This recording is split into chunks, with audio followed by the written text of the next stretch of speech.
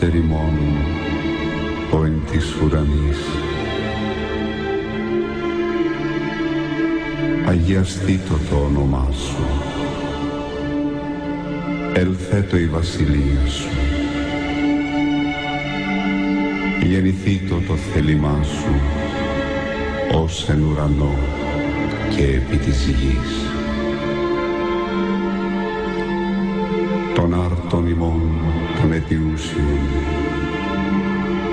δώσ' ημίν σήμερον,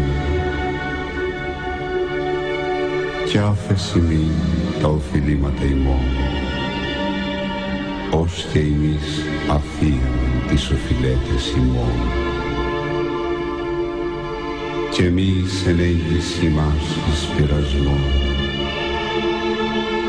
αλλά ρίσε ημάς από το πονηρό.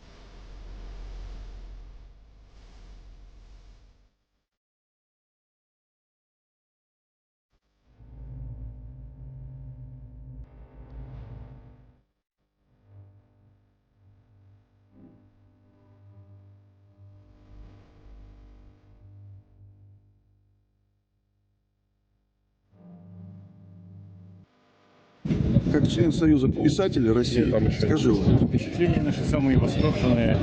Едем на то место, где ступала нога Богородицы. Какие здесь еще будут впечатления, кроме восторга чувств в виде этой высокой горы, в виде, следуя путем маршрутом аргонавтов. Вот, но здесь, конечно, единственное, что дух захватывает, пожалуй. Чувствуешь себя причастным к античной истории, к мифам Гомера, к самым выдающимся христианским преданиям, к Афонскому материку. Чувствуешь себя сопричастным вполне ко всему этому.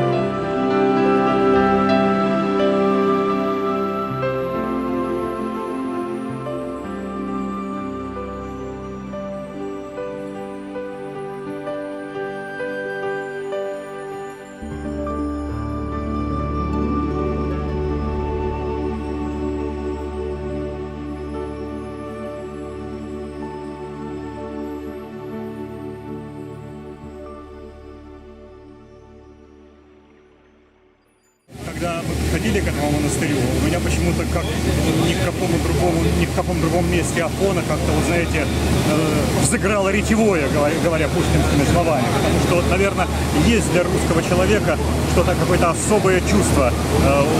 Ведь этот Свято-Пантелеев монастырь называют русским сердцем Афона. По всей видимости, русское сердце, когда приближается к своему родственному сердцу, испытывает какое-то особое чувство. И вот я был свидетелем, мое сердце именно так и взыгралось, когда вот удаляющийся от нас монастырь был нам ближе, когда мы к нему приближались.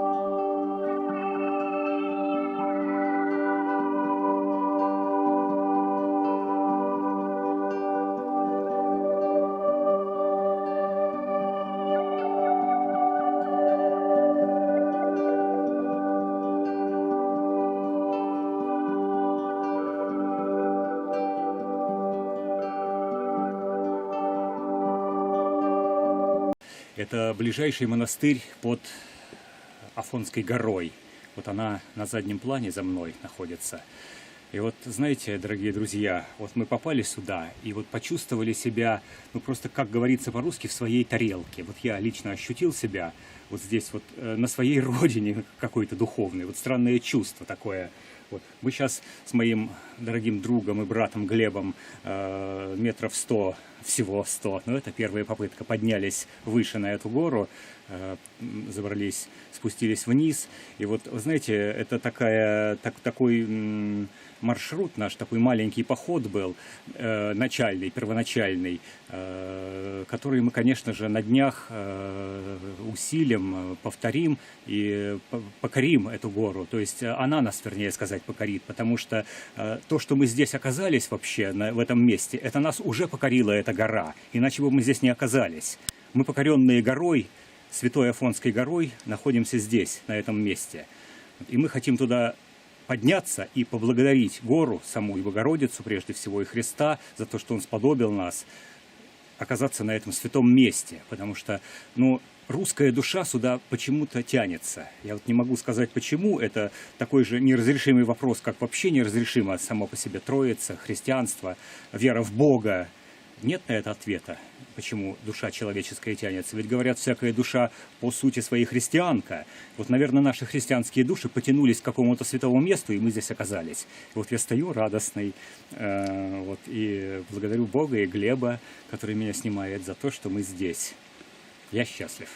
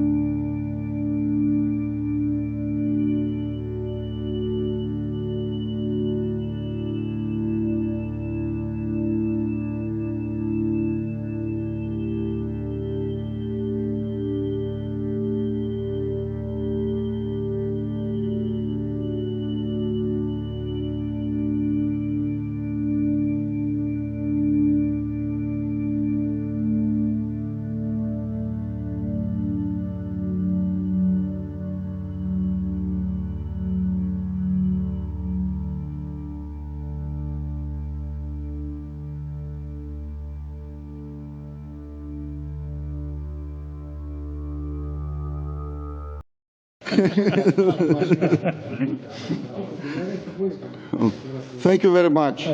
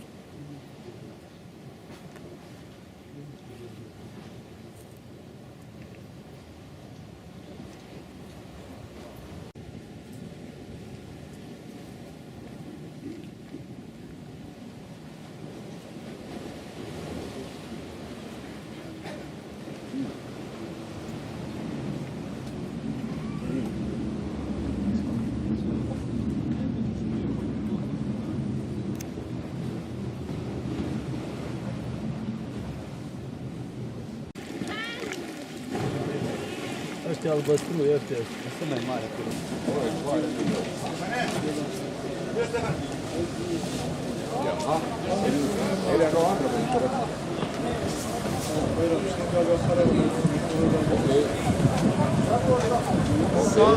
Vie oppici per ricordare.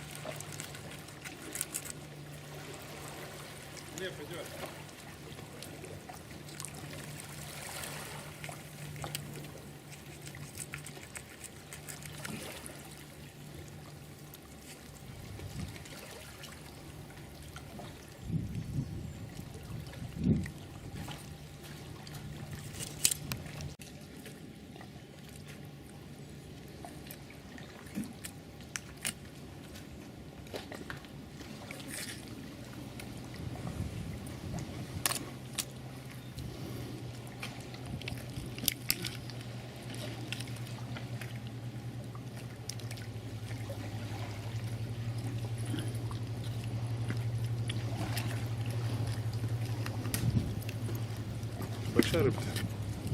Ну, большая.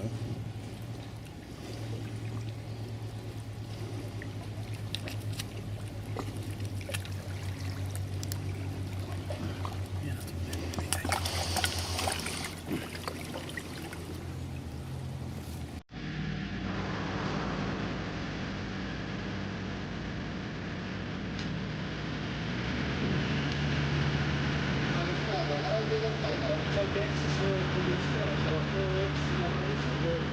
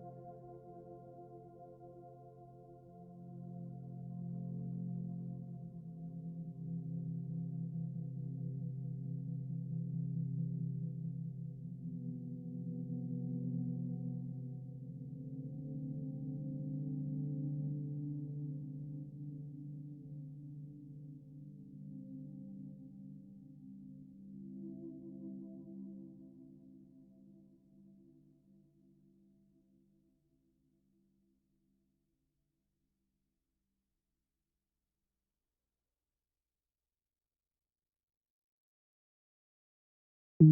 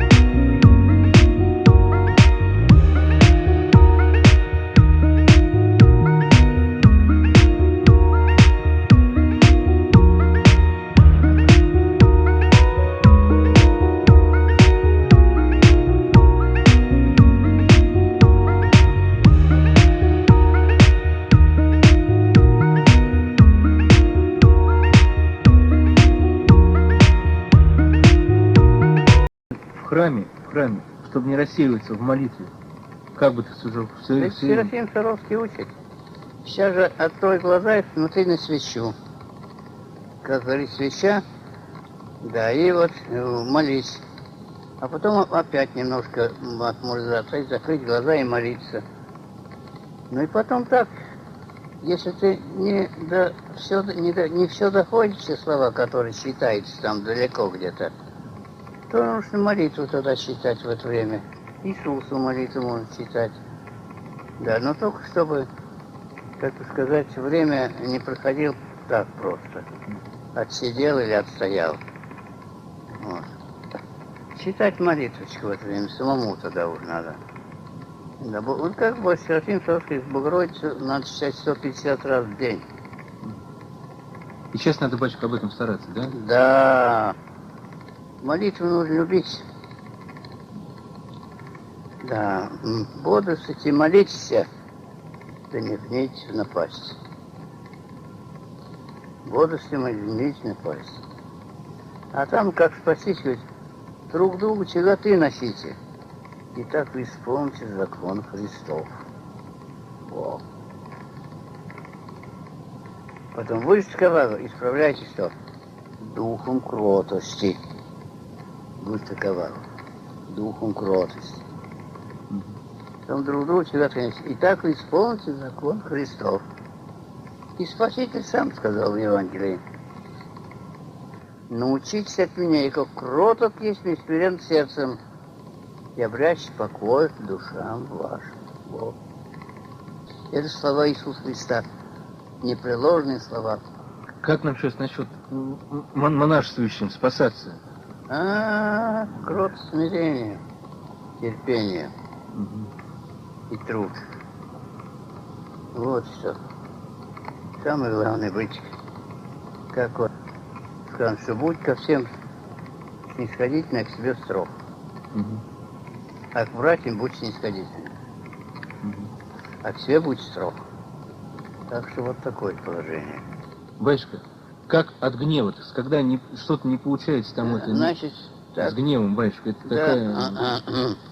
Как, погоди, там сказано у Давида, пожалуйста. Гневайтесь и не совершайте. Смятокся и не возглаголах. Во, смятокся тут вот в сердце. И не возглаголах, промолчи. Вот смятокся и не возглаголах. Во, Давид как. А через 3 минуты или 5 минут ты сам увидишь, как ты хорошо сделал. Что слово серебро, а молчание, что золото. Да, перемолчишь, сам себя благодарить будешь. Да, сам себя благодарить будешь. Лучше перемолчи. Да.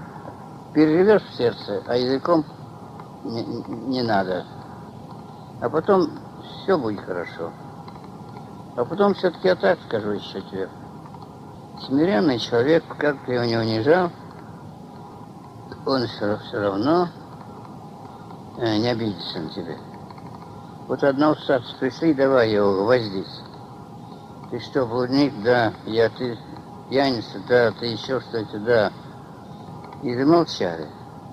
А он тогда сказал, это что мне сказали? Если вы сейчас мое вот сумели бы раскрыть сердце, вы бы мне бы сейчас в лицо наплевали бы.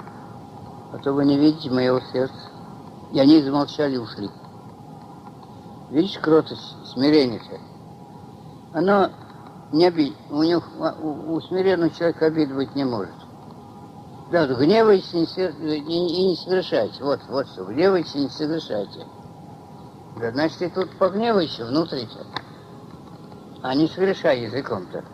Молчи. Вот. Вот все дело, да. Сам на это вот обращай внимание. Обязательно тут себя и проверяй. На какую отметку сдал? На 2, передавай на 3, с 3 на 4, может быть, и дальше пойдешь. Но во всяком случае передавай, это экзамены. Когда тебе против шерсти кто-нибудь гладит, ты в это время перемолчи. А вот, только не озлобляйся, только нет, ни в коем случае. Если озлобился, то значит ты уже поддался. Надо себя проверять и передавать экзамены. Потому что вы пошли в монастырь не в дом отдыха, а пошли в дом подвигов. А там гладить должны больше против шерсти.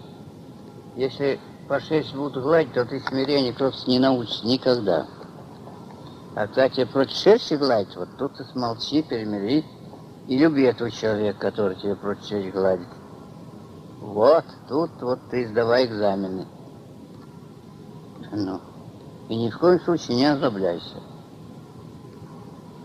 Да. Батюшка, Да. а когда есть как бы в сердце с некоторыми братьями какая-то неприязнь, то есть, казалось бы, с ними и не ругался, и нет никаких поводов даже к этому. Да. То есть к ним как-то расположен. Разве не с домом ходи, и Господь приятный. Вот. Антоний Великий на эти слова обращает внимание особенно. А же не злобием ходи. Ты скажи, а я хуже его 100 раз. Когда себе скажешь, я хуже его, тебе легче будет.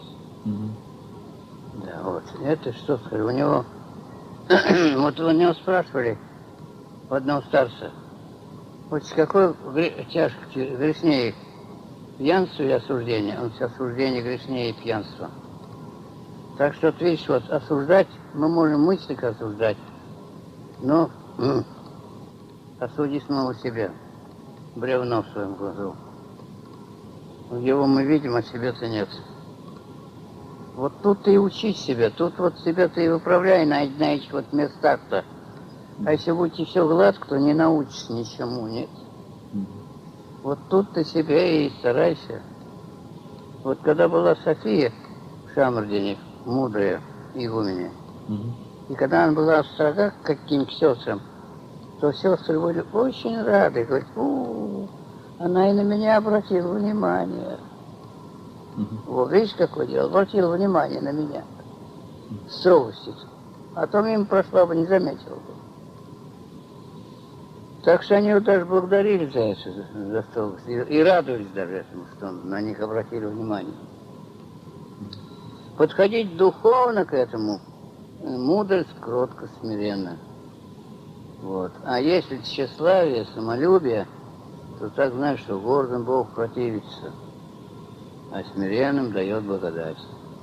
И всегда я хочу иметь примером земледельца, который очень трудолюбиво, можно сказать, трудится на своем поле. А дождя-то нет. Трудов много, и самых таких добросовестных трудов. А урожая нет без дождя. Тогда он обращается к Богу с молитвой. И когда Господь подает дождь, то у него обильный урожай бывает. Так и у тебя, монах. Ты трудишься, но если у тебя нет дождя духовного, то есть благодати Божией, то труд твой не даст тебе ничего. А ты смиришься до дела. А же смиришься до дела. И тут тебе пошлет Господь благодать. Я всегда вспоминаю апостола Павла. Он к Господу обратился. Господи, что ж ты, Господи, ничего, как сказать, не помогаешь, не действуешь на меня. Смотри, нас сажаете в темницу, нас и камнями побивает, нас и тот, и море бросает. Вот, а мы, да, и Господь молчит. Да здесь мне сатана, да ми пак сидей. А Господь на первые две молитвы промолчал, а на третью ответил. Да здесь и тебе благодать моя. Сила Божья в немощи совершается. Скажи, Господи, давай мне все буду переносить, все скорби, то благодать, что было со мной, твоя. Сила Божья в немощи совершается. Вот тут-то, когда ты бываешь на краю гибельки, тут тебе Господь посылает благодать. Вот благодать это есть дождь наш благодатный, духовный дождь, без которого наши подвиги ничего не дадут. Подвязайся, а сам смиренно все это творит. Да, чтобы Господь послал благодать. Так и Серафим Саровский, он говорил, основная часть после молитвы это есть, можно сказать, неконечные подвиги. А конечный подвиг это есть стяжание благодати Божией. А если только помогающий стяжать Божию благодать после молитвы. Батюшка, а как почувствовать, в сердце есть эта благодать или нет? И как слушать? Если будешь смиренный, то почувствуешь сам. Угу. Да. А если не чувствуешь, значит у тебя есть или тщеславие, или самолюбие, или еще что. Вот в чем дело. Да. Вот так тут. Но никогда не говори, я достиг. Нет. Милости Божьей Господь дал. Господь дал. Помог мне. Помог. Батюшка. Не оставляй меня, Господи. Так. Батюшка, когда на душе охлаждение такое, то есть когда сравниваешь что-то... За Богородицу бери, считай. Вот так, да? Сейчас прям как Саровский Серафим, 150 раз в день. Угу. Идешь по дороге, а сам Богородицу читай. Батюшка, какие еще как вот так вот мысли помогают так, самому себе как бы напомнить об этом, чтобы ревность, чтобы не охлаждаться как бы в таких вот как бы в заповедях. А вот тут чтобы... в молитве подвязайся. Иисусу молитвы, Богородице, под Пятисотница, она как раз это и дает-то.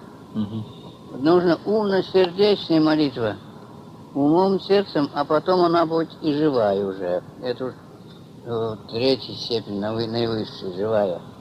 Она в жизни будет. А сразу не приобретешь. Это все приобретаешь трудом. Трудом непощадным, не щади себя. Не щади. Вот только так-то. Труд и молитва. Батюшка, как вот глаза свои уберечь? Сейчас все-таки едешь, там и разные ходят. И Да старайся не глядеть, только все. Не гляди. Но если все-таки как бы немощи такие, все-таки смотришь там и некуда деть глаза. Да, старайся не глядеть туда, где тебя, куда не полезно глядеть. Туда не гляди, не надо. Уклоняйся. Сейчас же уклоняйся. И будешь себя приучать. И у тебя уже навык появится. Уже появится даже и, так сказать, способность к этому. Но только с благодатью Божией. Благодатью есть, як уже есть. Без благодати я ничто.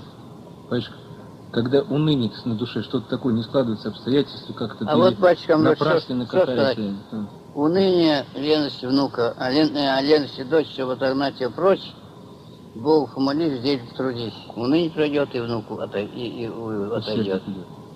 Вот сюда. Значит, нужно помолить. И также и Антония у великого было. Потрудись и помолись. Помолись, потом потрудись. Потрудись, потом опять помолись. Вот. Вот и будет идти. Все это на практике постепенно. А так, теоретически сказать, это нет, это не то. Нужно надеяться вот все, что. Вот. Делай себе, не жалей себя, не щади себя. Перетирай. Вот, смирение, одним словом, оно тебе научится всему. А что ты сказал сейчас? Любви как больше вот братья там или... А ты молись сейчас, Господи. Да, помоги мне, говорит, пользоваться вере, надежде и любви. Господи мне, Господи, помоги мне любить. Потому что, вот видишь, владыка митрополит Филарет, покойный, канонизированный, теперь он в своей молитве обращается к Господу. Господи, ты научи меня любить Тебя, как Ты меня вот любишь. У нас нет той любви к Богу, которая должна быть. Всем сердцем, всем умом, да, всем разумением своим. Нет. Научи меня, Господи, помоги мне любить. Молись Богу, дай мне, Господи, дай мне. Подобнее любить Тебя, все души, помышления, всем творите волю Твою. Вот так надо.